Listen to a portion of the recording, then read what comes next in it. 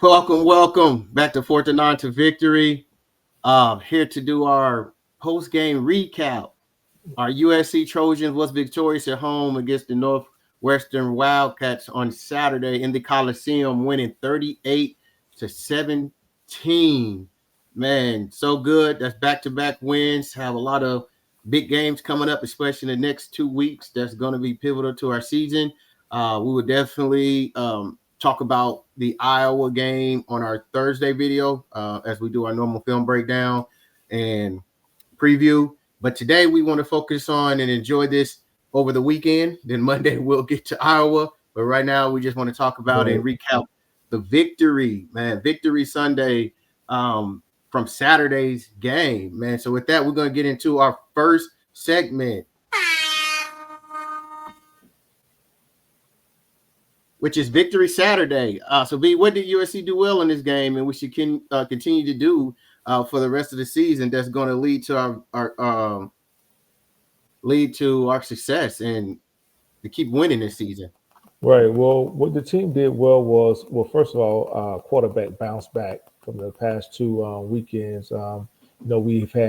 He hasn't had much success in the air against Nebraska and against Notre Dame, but he did have a bounce back game for this game. He improved on his completion to his receivers. He got his receivers into the end zone, which always make them happy, right? And he made a hustle play. We'll get into that later on in the coverage here. But a quarterback, man, he did a complete 180 from the past couple of weekends. Would he go 24 for 33, for 300 yards and 2 TDs in the air and 1 on the ground. So a quarterback had a turnaround game. So for me, what we did well again is King Miller doing King Miller things, offensive line, opened some holes, and he ran the ball. Right, another big game from King Miller. In order for us to be successful offensively, we have to have that run element. A lot of things we do is off that play action, right? So continue to run the ball. That's just the success we are. Offense, like you said, offense in QB last week. J. Mob did have a bad game to Nebraska. Can we chalk it up to the code, to the elements and things of that nature? Does not matter. We won that game, and he bounced back this week. Looks like how he's been looking all year.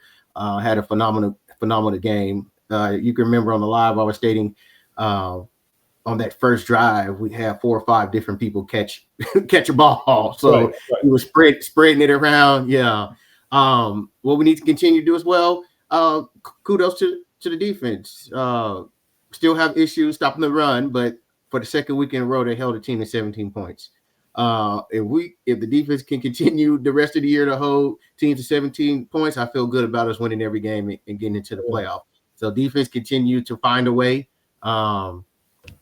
The rush defense is an issue, but still in both games they held them to 17 points, which is fantastic, right? So continue to do that. The defense and offense adjustments made by the coaches, right? Defense came out first 2 drives, gave up a score. It looked like it was going to be a shootout. I was saying this is the strangest game ever. One team is in a shootout passing, which was us. The other team was in the shootout running the ball. And I said that was the weirdest shootout I ever seen in my life, right? Where one is passing, the other is running, and we're in a shootout. But after that second drive, I mean, again, 2 weeks in a row, we only gave up 3 points in the second half defensively.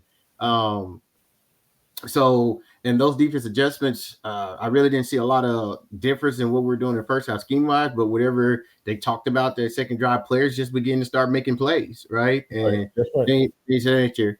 And lastly, special teams continue to be special. Ryan Sherry, I mean, the guy's a gem, man. I always got to give him a shout out from where we come from last year with field goal kicking and our issue with field goal kicking. I mean, this kid has been a godsend, even on kickoffs, right? Kicking them into the end zone. The coverage, punt team, right? We even threw a fake in there, right? So special teams continue to be special, and that will lead to our success. All right. moving on to our next segment. We're not going to give grades here. We have a video coming out. It'll be posted on Tuesday of our breakdown of position and giving them their grades.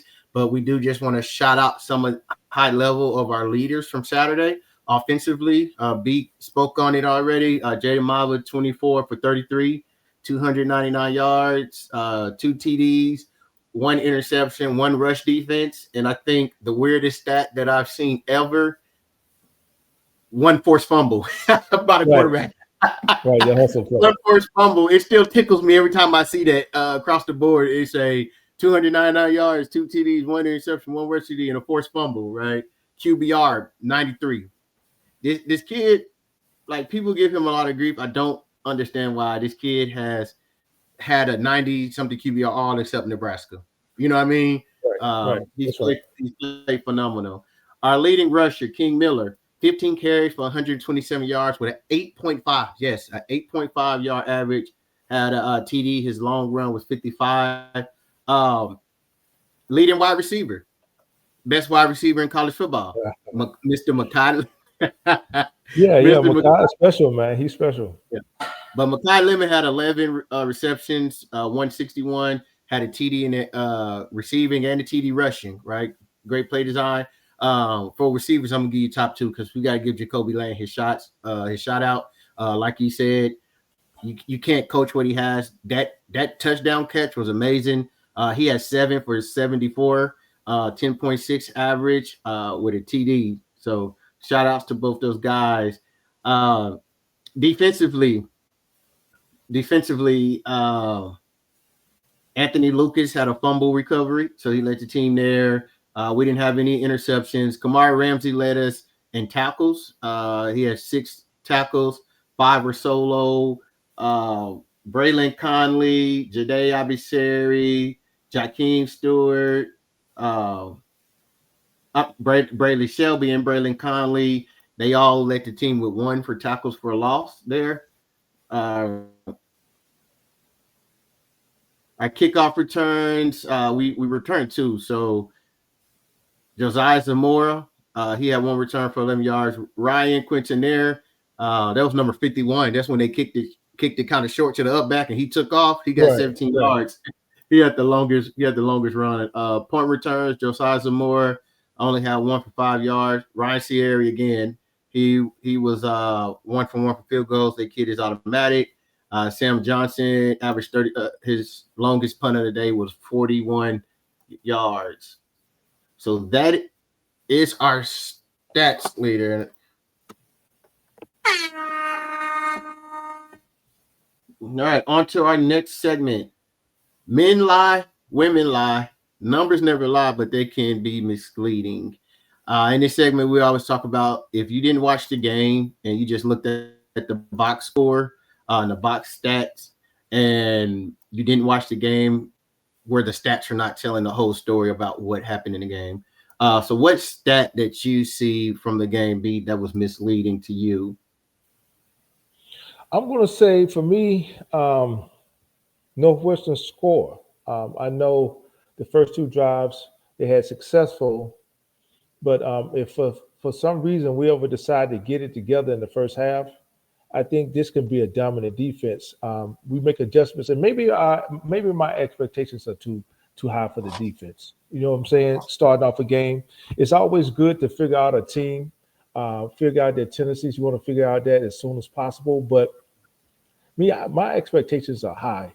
They came out in the second half. Lynn came out in the second half, made the adjustments, and for the second game in a row, we've only given up 3 points. But for some reason, we have issues with starting off fast.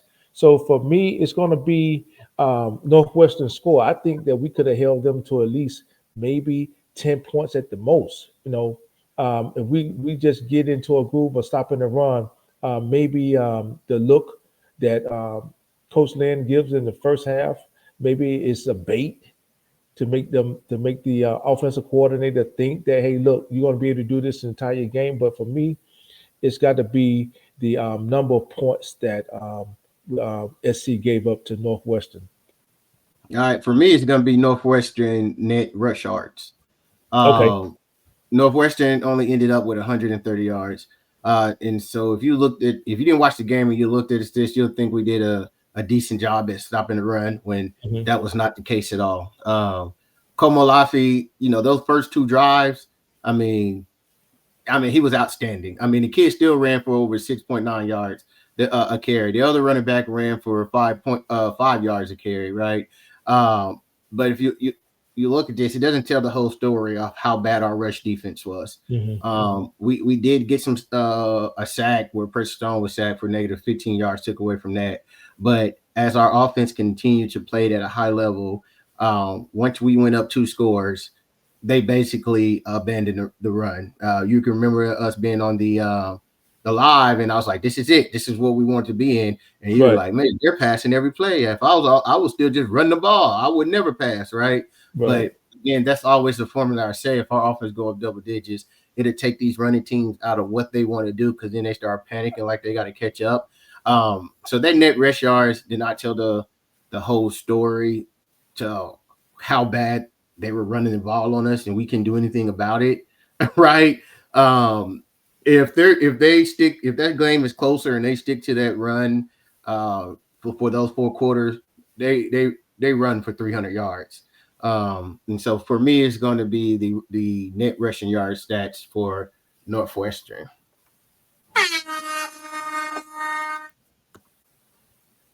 All right, moving right along.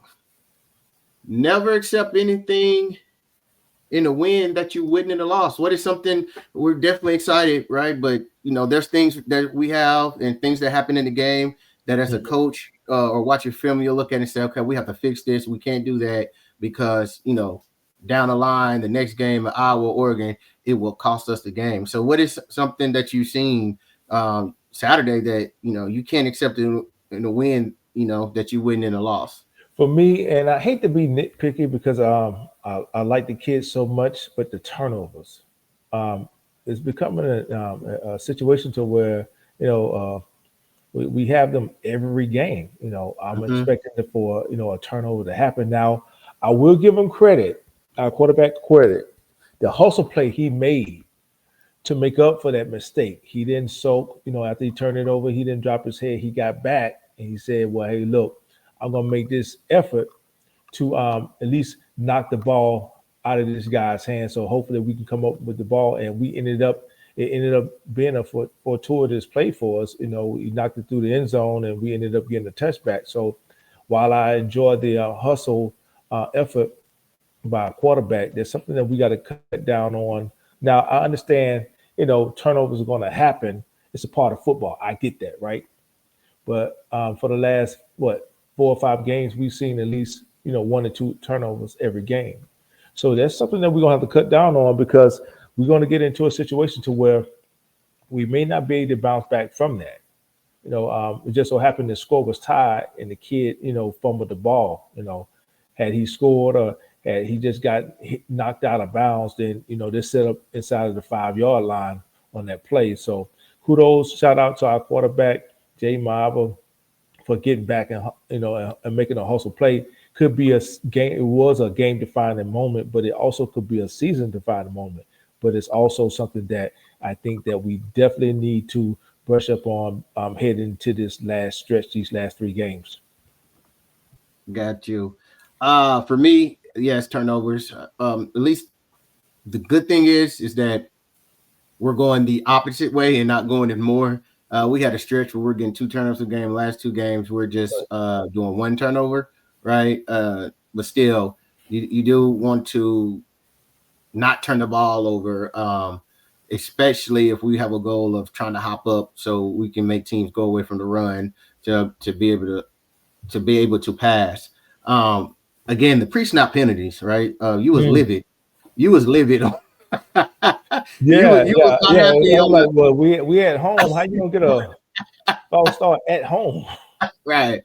You Yeah, weren't too happy about that. Again, so that's 2 weeks in a row where we keep seeing these pre-snap penalties, right? In the most inopportune times, right? Where we're driving and we have the flow going and the right. offense is clicking, things like that. Last week it was on the goal line and a 31. This one wasn't a 31 on the goal line, but we were in the flow and it got our offense out of their flow. Right. by doing that, right? So definitely have to cut out the pre-snap penalties. Missed tackles. Mm. Seeing far too many missed tackles still. Not just by the defensive line, by our safeties, right? We In talked the about that. We talked about that, right? yeah, in the open field again, we're seeing missed tackles, right? Mhm. And with 101, you're missing this guy.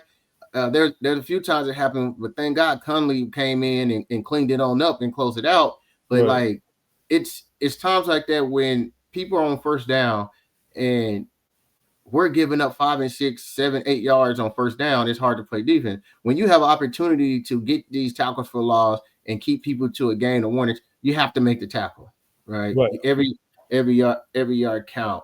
So for me, it's turnovers, pre-snap penalties, and missed tackles.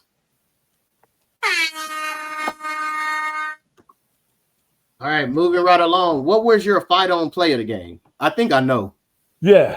Of course, it was the hustle play, the defining. Oh, okay. I thought you was going to say somebody else. Okay, go ahead. You threw me No. for a loop. It was a hustle play, by the quarterback. Again, he turned the ball over, but he didn't soak. He didn't get down on himself. He didn't drop his head. He didn't give up on the play. He got back and he did what leaders do. He led by example.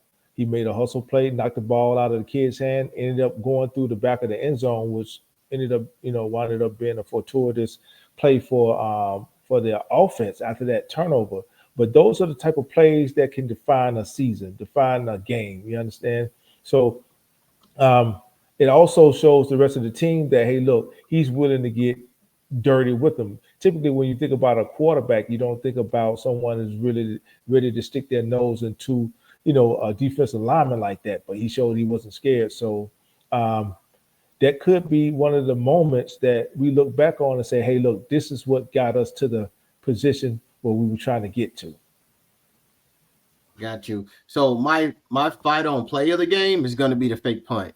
Is Right. when we brought in Heward in on fourth down, he was in jersey number 90. That was a pretty pass, too. Punter. That Yeah, was a beautiful pass.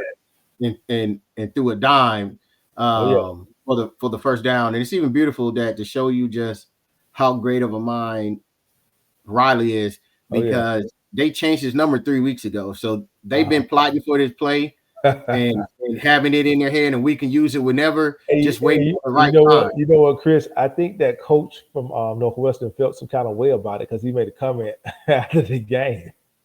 He made a That's comment on but about after that's the not game. like Riley said like Riley said in the posting to the press when he was like, it's been like that for 3 weeks. Right. That's on you guys if you don't read the, what I'm saying, you don't read the Read the scouting roster or you report. don't Yeah, read. the scouting Yeah, report. yeah, Yeah. that's not. It's in there. It's not my job to tell you. So, Right. but it just lets you know how far ahead that Riley and the staff is thinking to do that because they're like, it's gonna come a time we might need this. Let's change his number now. You know what I'm saying? And it's been on there for 3 weeks. So that's my fight on play of the game.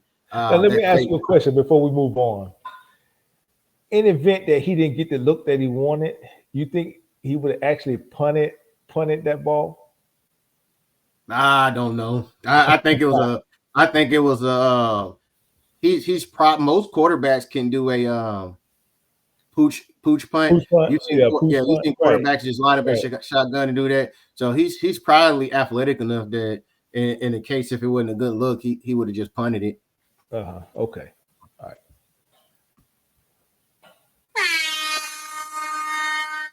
All right. So we looked at the fight on play of the game. What was your Trojan horse game changing play of the game? The play that impacted the game the most that changed the tide of this game altogether. Um, I'm going to say we had a lot of them in that game. Uh, for me, probably the Jacoby Lane catch, which I think it was the second touchdown. Yeah, see, I thought you was gonna flip it. I thought your Trojan horse play of the game would have been Jacoby Lane. That's why I said I think I already know. And then your game changing impact play would have been Oh, mine. okay. No. Jacoby Lane, the one-handed catch. And I remember about this kid all the time. If only he could just stay healthy, right?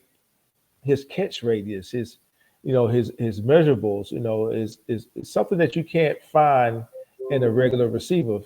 So for me, to have this kid 6'4" frame, 6'4.5", 38-inch vertical, size 5X glove, his catch radius is just out of this world, man.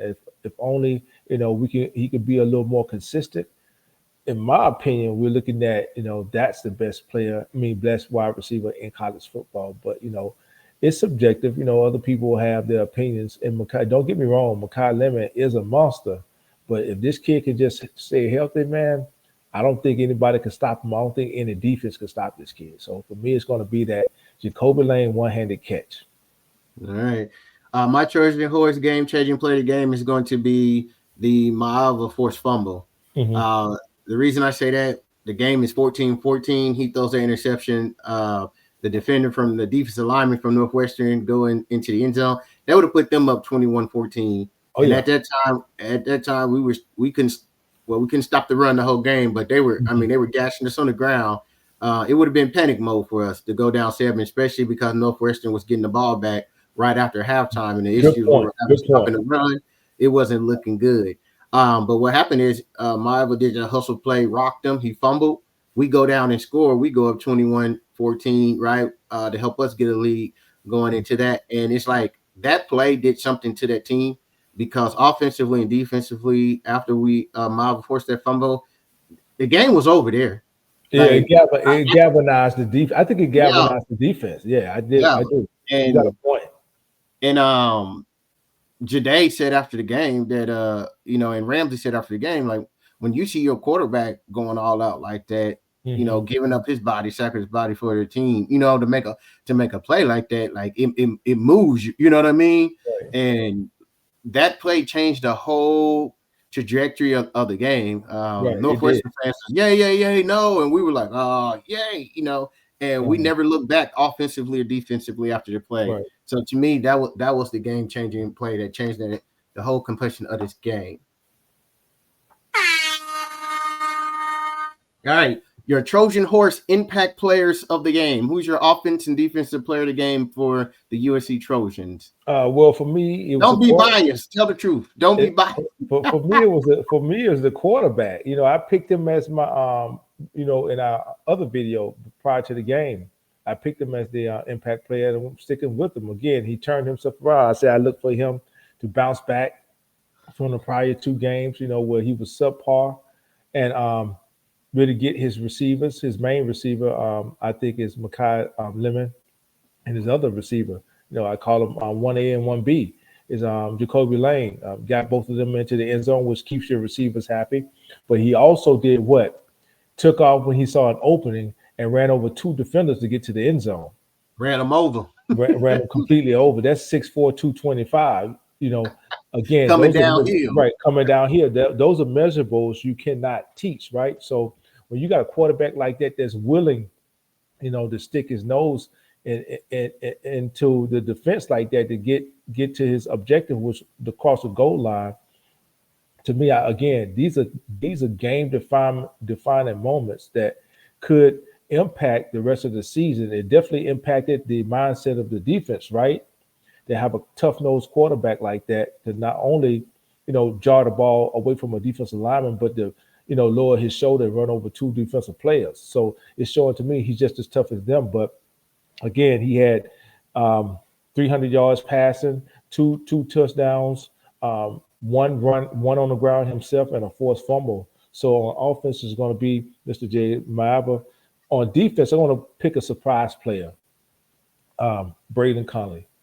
When Marcellus Wiley went out, his number was called. Number 22's number was called. Marcellus right? Williams.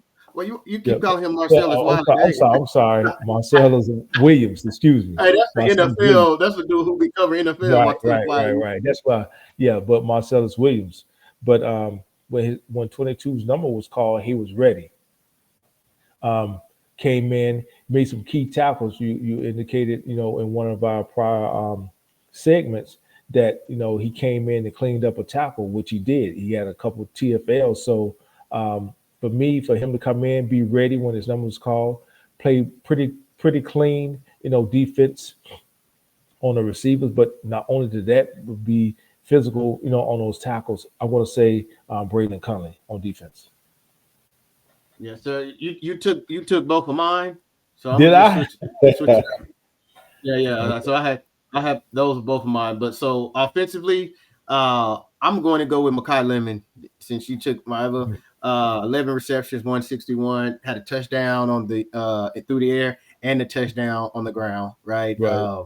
He's been quiet kind of the last two games, but he definitely had an explosion this game. Back to doing Makai Lemon things. Not only that, his blocking downfield was phenomenal. You Right. don't get those long. King Miller don't get 52-yard runs, 60-yard runs he getting without blocking downfield by the wide That's receivers. true. That's And true. that's one of the best things I see different this year than last year. These wide receivers block this year, right? Oh yeah. That's how you get those long runs and you can run those screen plays, wide receiver screens, and they're successful. Last year we can win wide receiver screens for nothing. They were getting blown up right from the get go. But this year these receivers are more physical. They're blocked. Defensively, I'm gonna go. You took who I had, but I'm gonna go with DeCarlos Nicholson. Had two pass breakups. He was in Hmm. phase. He was shadowing their best wide receiver. We didn't Right. hear from him. We didn't hear from him. You know We what didn't I hear from mean? him much. Right. Right. That's right. Yeah, we didn't. We didn't hear from him, and that was, the guy we were saying coming in. We had to stop. We had to stop, but we didn't hear from him at all. Their leading receiver was actually a running back because like we were stating on the live, they were just doing a whole lot of, screens, dinking dunks to the outside, getting the ball out the quarterback hand real fast.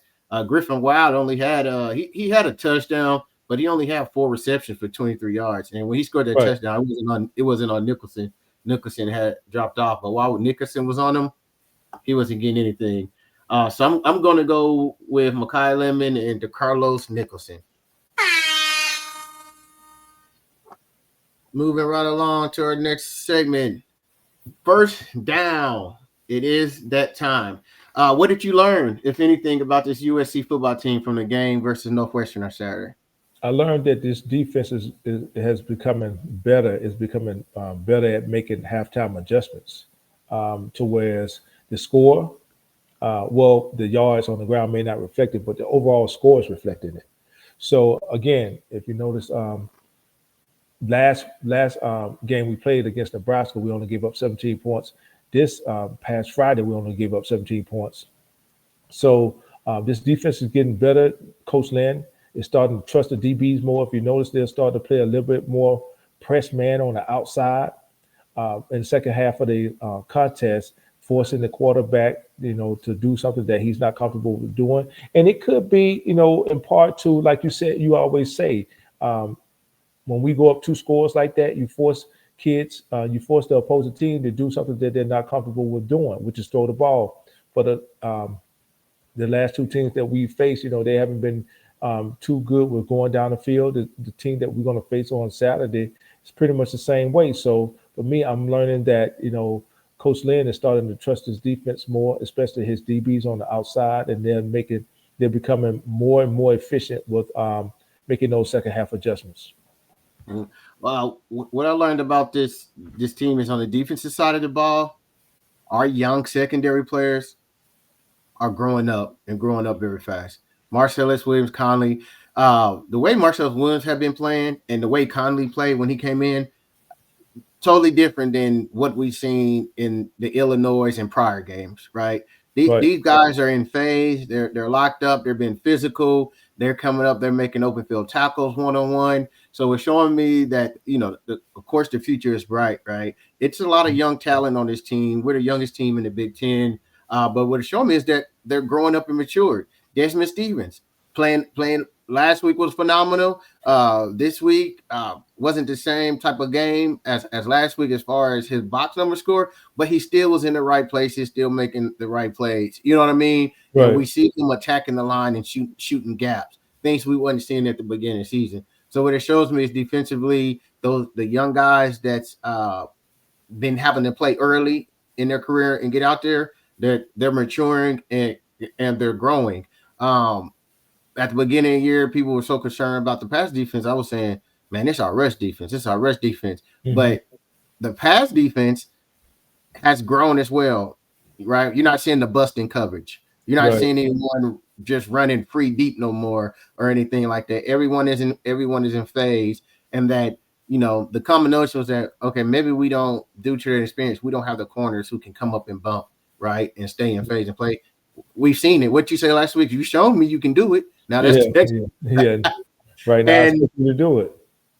and they did, right? Right. And so that's what I learned is that, man, this young team, so much on the job training this year is maturing, and our young players are playing at a high level, Oh and yeah. so that is great. All right,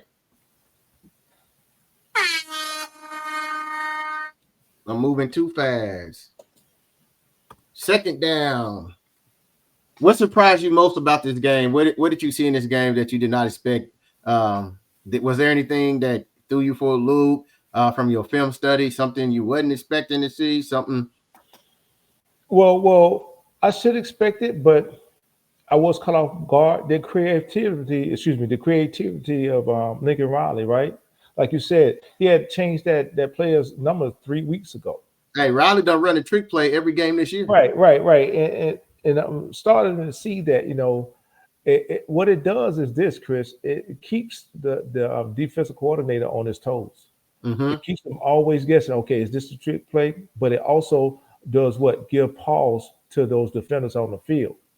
One half step slower, they don't get in the position that where they should be at. Right?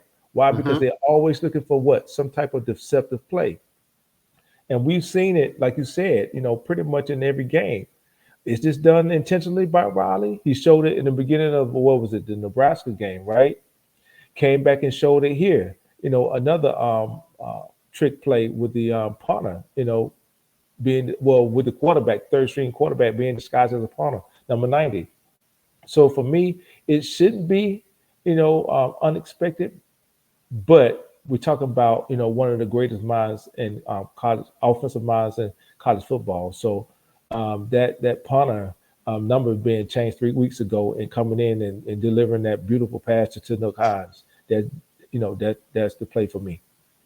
And so me and my road dog here, I get we're in the season going on what about the ninth game of the season. I guess Yeah, we've been yeah. hey, we two in sync because now we starting to have the Right, same right. stuff. And hey, but Promise so to you, me, hey, listen, we haven't practiced this. We haven't gone over this at all. Trust me, we haven't. so so for me, I wasn't surprised by the trick play, but what I didn't expect was the type of trick plays, right? Right, So Riley runs a trick play every game. Every game this year, he has run a trick play, a flea flicker, some type of reverse pass, something with a crazy formation. What tripped me out was all the jersey numbers changing, right? right, So right, it was not just on that fourth down where Heward was not in number 7, he was in number 90. Miller, the offensive lineman, he took off his 60 jersey and had number 90 on and was playing the fullback position, lead blocking for his brother on that third and right, one. right. So that was two players we seen with a jersey flip number. Cause we were going through we were like, who's Yeah, number who's 90? I number was like, 90? 90 is Right, Dust. I was right. like, it was Dust. She was like, no, that's a Right, brother in the backfield. right, exactly. Yeah. Yeah, yeah. And so man, ain't that beautiful? But you Miller know what? blocking That for was special though. yeah, Kudos to Lincoln Riley for putting Miller. I believe that's how you pronounce his name. I don't want to yeah. mispronounce it. In position Kaylon to Miller. where, Kaylon Miller to where he could be in the backfield. It's not because think about it. He can be on the offensive line and block for his brother, right? Mm-hmm. But what made it special was he was in the backfield blocking for his brother. Yeah, and it was a third and one, and that's It something was we've the been third and asking one. for on the short down. Right, Put a right. put a full put a. We don't really run with a fullback. Yeah, We I normally would put say a tight end back Leon. there. Leon had been asking for it, I Yeah, believe. put Leon. put Yeah, one of them shout out big to offensive Leon. linemen. Put one of them big offensive linemen, and we did. And Miller was back there blocking for it. So that was the thing that surprised me. All right, I'll take third down. Has USC defense found its stride? Can we expect the defense to hold teams the rest of the year to 17 points? Mm. This is I want them to. The only game. This Would is you say one that of would be ideal? That would be yeah, ideal it for would them to be do it? ideal. Right. I want them to hold the remaining teams to 17 points. But if I'm going to be realistic about it, Iowa We could. I I believe can see us I doing believe that, we can Tyler. hold. I believe we can hold Iowa to 17 because offensively, outside, they want to run the ball, they want to eat the clock up, things like that. So the game is going to be short, right? There's going to be limited possessions for us. So offensively, we're going to need to make sure that we maximize their possession because they're going to run the ball. And as you can see against Oregon, they'll run the ball every play on the drive until you stop it. They don't Right. care. They'll get 3 yards, 3 yards, 3 yards. I mean, you know what I'm saying? And Yes. barely get the first down by an inch and then do it over and over again. They're Over and very over patient and with the over run. again. Right. And Yes. so I believe we can hold them to 17 points due to the type of game that they're playing and how the game going to be. So I think it's going to be a low scoring game and a game that's going to go by fast because it's going to be a lot of running of the ball. Where I don't think we hold a team to 17 points is against Oregon. And so the question is, can we expect the defense to hold teams the rest of the year to 17 points? Because I don't believe we'll hold Oregon to 17 points. I think that's going to be a higher scoring game on both sides. I'm going to say no, but I do think we can hold UCLA and Iowa to 17. Yeah. I was about to echo the same thing. We got 3 games left, right? Uh, Mm-hmm. and you touched on it earlier in the earlier segment that the cornerbacks, the DBs, are really starting to grow up. Shout out to the Carlos Nicholson, who's been, I say, the most important DB this season Facts. so far. Facts. His leadership, and that can come from experience. He decided to come back for a final season, which ended up being, you know, key for him because he got some more experience in. He started the season and he's been healthy so far. Knock on wood. Last year he was in and out of the lineup, but this season has really turned around for him. He's becoming one of our more important pieces back there. Again, I think, for my money, he's the MVP of that secondary. But ideally, like you said, in the games though that where we should hold teams like that, where it's obvious where the quarterback is not going to pass it, then yeah, I expect us to. The difference is 2 of those 3 games, the quarterback will throw the ball down the field, and that's with Oregon and UCLA, right?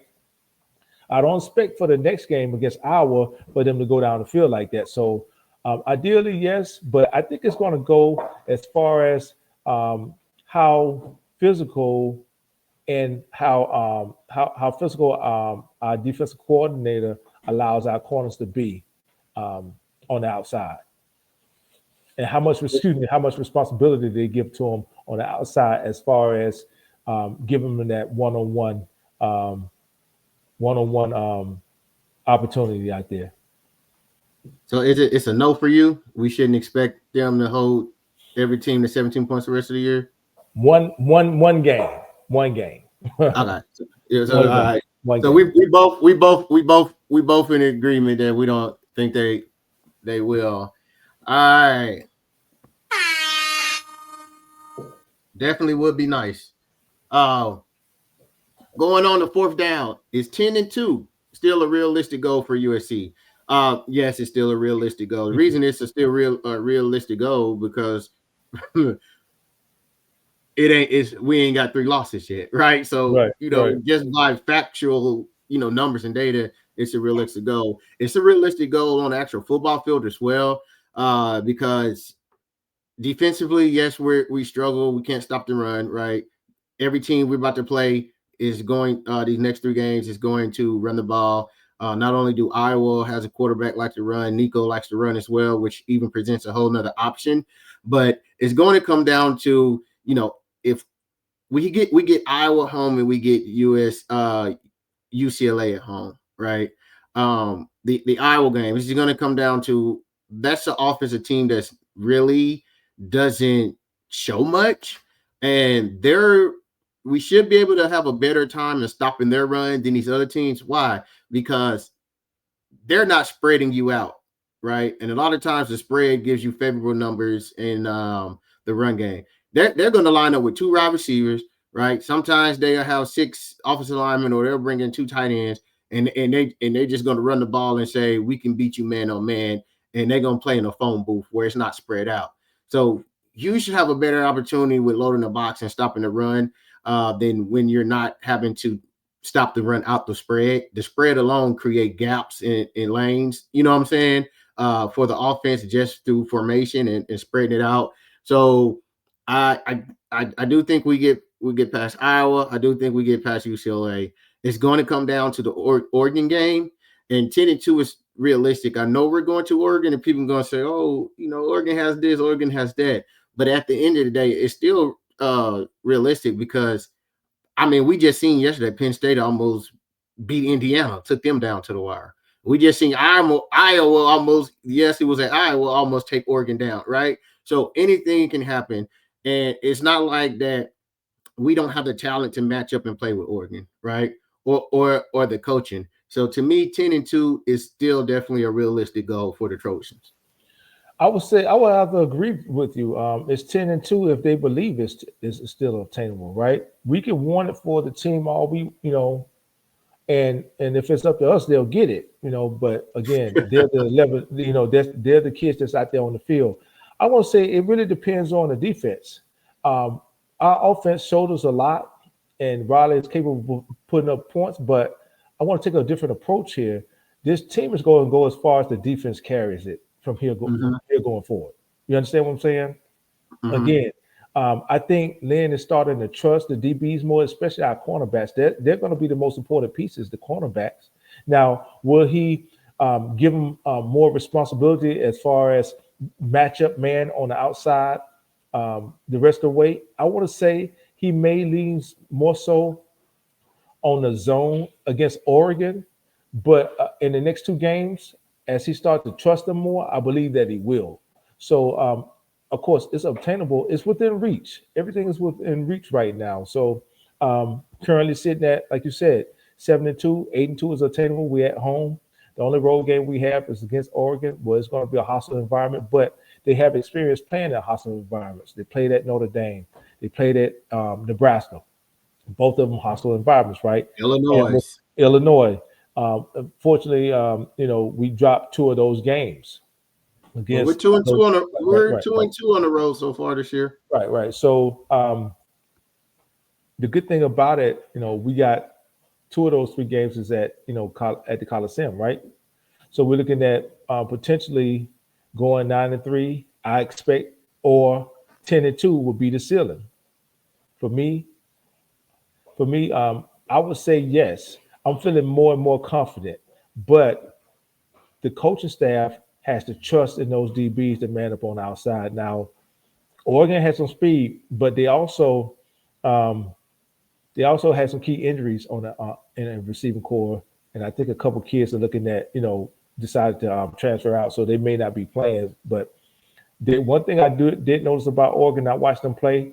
They have a three-headed monster, and they love the contact as far as the running back. So I think it's going to go as far as this. Our team is going to go as far as this defense takes us, but it's also going to be up to the defensive coaching staff to trust those DBs, especially our young DBs, and Marcellus Williams and Braylon Conley to man up on the outside. I trust in DeCarlos Nicholson, but that's going to be the key, the type of play that those two have on the outside. All right. Well, that concludes, excuse me, our post-game recap of the USC versus Northwestern Wildcats. Man, again, this is Victory Sunday, man. We're so proud of the team. We support this team, win or lose, but we're definitely even more excited when they win. USC was able to beat Northwestern 38-17 on Saturday. We will be getting our position grades video out to you. You will see that Tuesday. Then on Thursday, you will see us start focusing on Iowa, where we'll be doing our film study and preview on that. Man, we always do want to say thanks to everybody who came out Saturday, called in, commented, right? Watch our videos, like and share. We appreciate everyone. And before we get out of here, B, I'm gonna pass it over to you to see if you have any parting words. Yeah. I definitely want to give a shout out to Leon J that joined the channel on Saturday. He came in, gave some good insight. He always shows support to the channel. We had Young Tiny to come on, and even Tobiah.